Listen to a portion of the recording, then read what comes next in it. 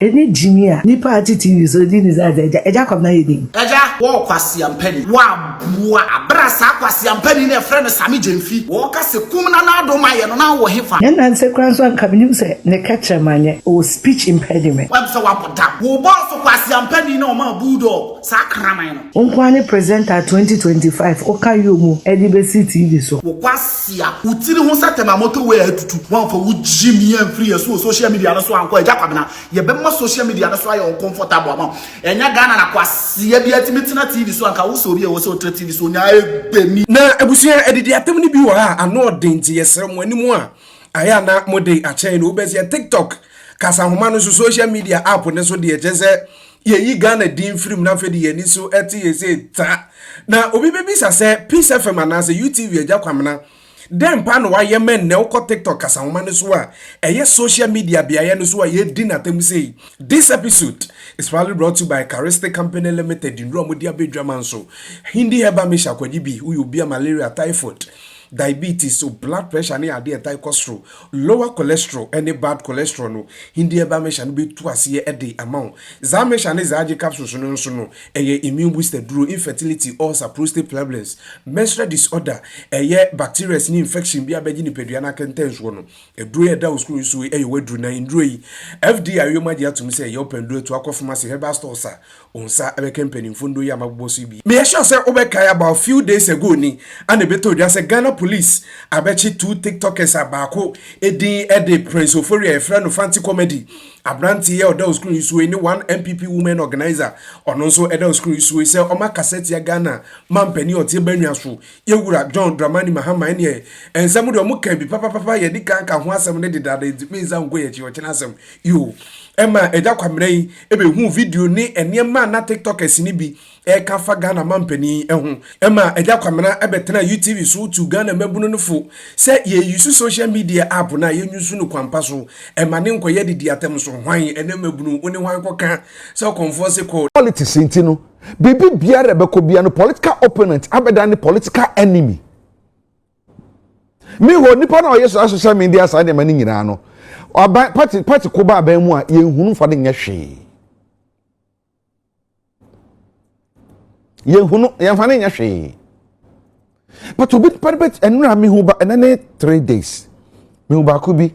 ayesa a conference call bi o sedan yu nipa be ye 12 or more than that ena wo munya na wo mu screenshot na down na we kana and I was like no, this is not Ghana. Say, I wouldn't want to mention the name. I see no okoye anka yepa. I see na anka so okọ. Sa kwasi ampani and I was asking say, so nipa na obo ni din. Sa nipa na moka so mu na ekoye mu anka. Di pa na mo de ayemo. Ade ya. Waku busu ni bi. Waku dofu bi. Wadi wawu. Wase ubibi.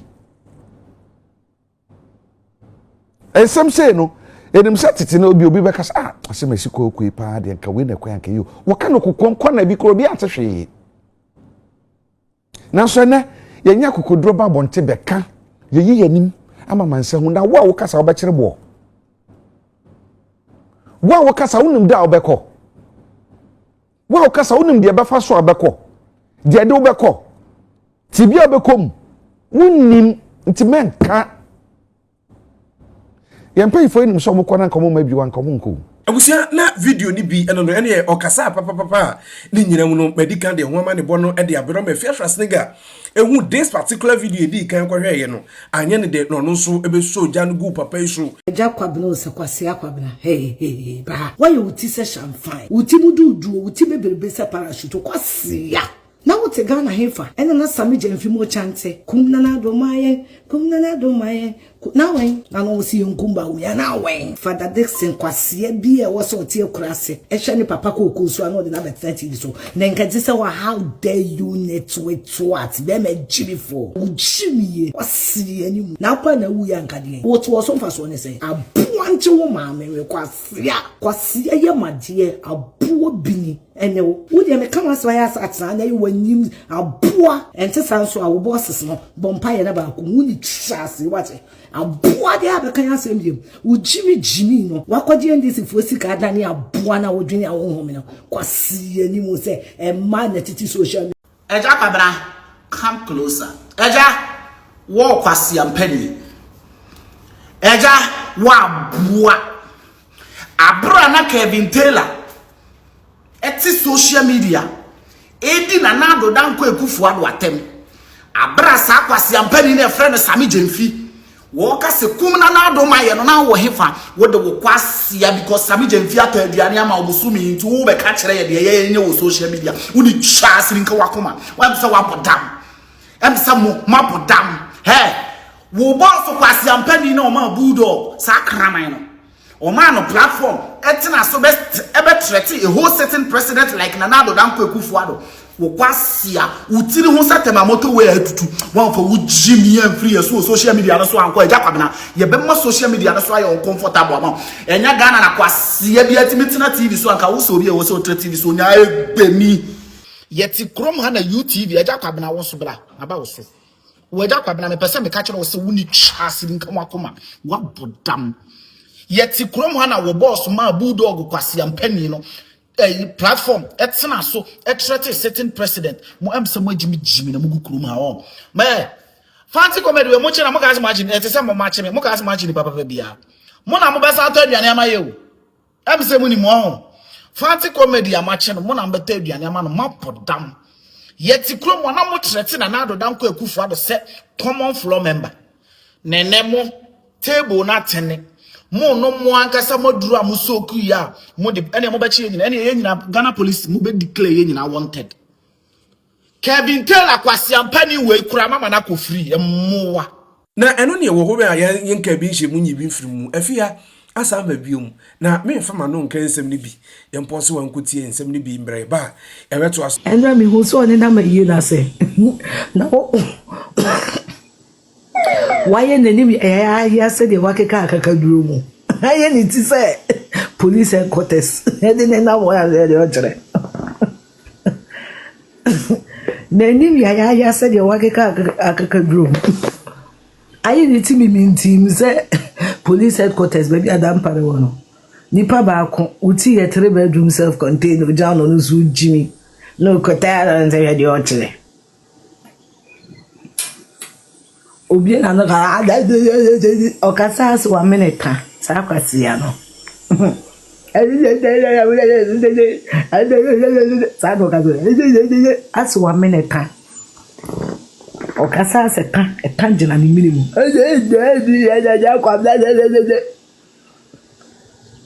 nyan se kwan so anka binim se ne catcher manye o speech impediment si am pedin Obia ya monfama no mamonte so assemble ni amon me na say Madam President emperor of political party obia ya mamonte so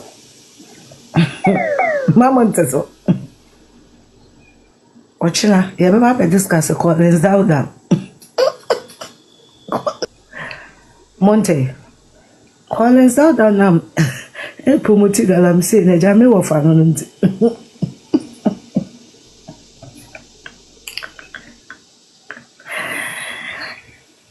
Paper cho Agya Kwabena next week monto asomano enko ni ready mu yi monto aso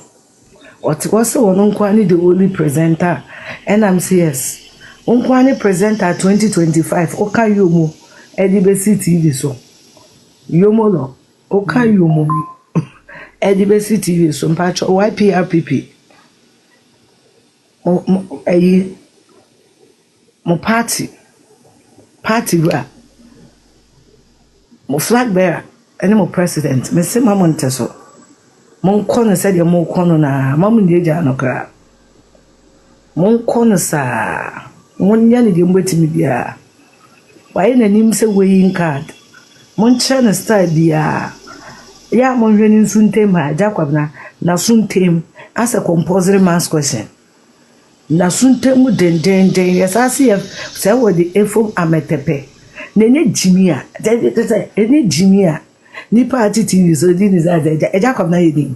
Agya Kwabena yedin Agya Kwabena yedin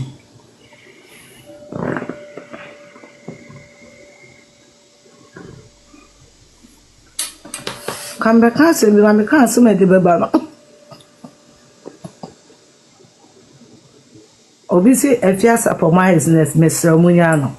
ono sister no nanim te sa akakadro munya no mo hwe nanim ana nanim te se de wanu momuduro no munya no ate munya no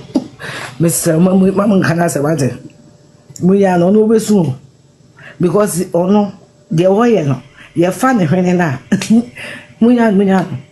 nanim ya sa akakadro mam mfi no ate mesra ono mun kana asem gra no usu mo se na Afia Schwar munya no nanim ya sa akakadro na mu otewa no mi na no a as wa fa fasiduro wa mo bi a toilet di no krum no and munya no I mesra mo munya no na mundiri because ono yeso ni mu a enkoya asem papa oba ne hwene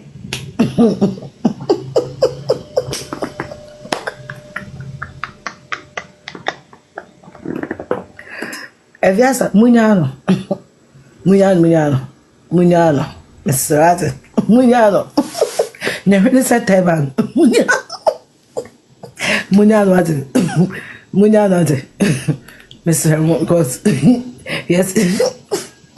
munya no ate munya no ate Afia Schwar munya na ni munya kwa because onu muso ni mu ade mo kana dozo munya no ate me person me say YPRPP utwe ma ye be cheware because sister ne muso ni mu amuwie na hwene se teman na nim se de wawe akakaduro ne moma asa atwea chese mu be ka na nim oye yie na nim ya ewo kancha ma me say ya wo moduko ate ha hey just a mommy no Chinese dress vice president of Fano ni papa kwa me dwene ho me ntiase eye me amenu akosua vi kwa me plus ye no we pra woni kon na ana ahomaso nko anti na akosua vi kon ntimi mafom no ahomaso nko a me dwene ho akosua vi we pra na say ya ahomaso we say na ne corner is akosua bra ho ase MP pe na wukunu ye bra ma kon ye rade ahomaso nko anu no boy and they said Samira ba wumi ade obra na ho ase pa nyo na dey say minu ye de battery na operating na akosua bra ho ase na wukunu onye minister oye gomua ekwa bia CMP bra ho ase jai enwa ma bra ma usei ma bra ahomaso adwuma no so adi o se me akosua se me kuma no yodi akosua vi na no waku konje kokokoi boy mo bia am frame na afram kosi me wa ya twemi wadwuma nko mo and then my man didn't say me late no my brother no money me na pacho wu ba ya na ana me adwuma ma and this phone ni me ye yo mo nya ye mo be ka che say ye ni mu nyina mu nsu ye ni mo su enra ye no mo che jollof omo che jollof enra ye no omo che jollof o de wa nya jollof ni di mamenti kababiti omo che jollof na sa ni ye yi ma shas anene na mbekwa ko di jollof no man che jollof there man hwe afoforo be say wo because eye ni de man che jollof there ni asem baba sanye ye munni ma ye ba ko se kuma se for be say ye munye na muntu aso e de asem no ma shas me mu se ni e che jollof am eye ba sa be na mo ye nza ye nyina anye mu nsu na musu wie na mkosie fun na ene jollof ni na bidi na mo makot na mo fie na mo various parties na mo amfeyen ma twene ho sa me frɛ adwuma ba ye eno anadwo 11 na me na mo internet mu sa kope mo ano me na ne o anya me hwese ye che jollof o ba bi ma mu kodi bia ndc for muni ma ye yo yenye na sa enanosa any rain pacho kumase for money ni passes na ye no na money ni stadium na moncha jollof din na ye na mancha jollof na no ye aya ancha jollof ya nche sobolo mancha jollof mancha sobolo eye be no sure me buofu ama mopa o me buofu ama mopa aza na ndisi fo bibia mbe bia mu feli bibia mu ni me bibia mbe bia ndisi mu feli bibia mbe bia simple mun sie ni pa na mun cha jollof sie ni pa na cha jollof wen so me meka me buofu ama mopa Ebo fama abusia na video ni bi eno no tie na make say die Agya Kwabena wa power ana da so enu Ghana ni bi obi atwi ni bi se papa yi aso nka no kure aso dimandisi amanyoko no yo na eno bi no ani nyina mu nam so mfo dan kwasi prince ye ni di akire bekoso de ye ni di akire na bibia mu no so ye bebe so mo kasafidi so mesrew so ba no subscribe na busia na timi akwaso akona ni na before mekra meja mu ame akona Charistic Company Limited in Runo kwajibi zaman capsules no ye memedru tatahwe be mo gina so brand pan uyo bi asisi ade sexual weakness low strength count ade beja so ene o de wo yero ko mu twa akon pamsisi na ho asem na ogu foma zaman capsules no e wadru indru ya da school sui fdi awimadi atum say ye open do etu a okofamasi herbal stores unsa abekempedifo ndru bi e fra me dan kwesi prince macro